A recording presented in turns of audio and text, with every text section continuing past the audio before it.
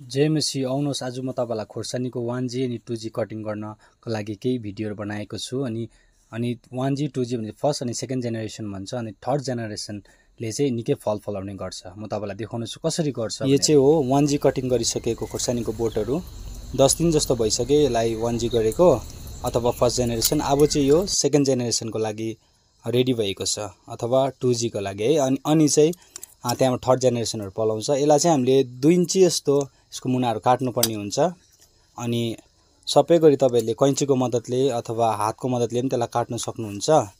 अनि हेर्दा एकदमै लोभलाग्दो देख्छ, काट्न पनि मन पर्दैन, तर आज हामीले यो काट्यो भने चाहिँ जुन थर्ड जेनेरेसन आउँछ त्यसले चाहिँ एकदमै फिमेल फ्लावरहरु प्रोड्युस गर्छ अनि हाम्रो फलहरु एकदमै राम्रो लाग्ने गर्छ, बेसी मात्रामा लाग्ने गर्छ है।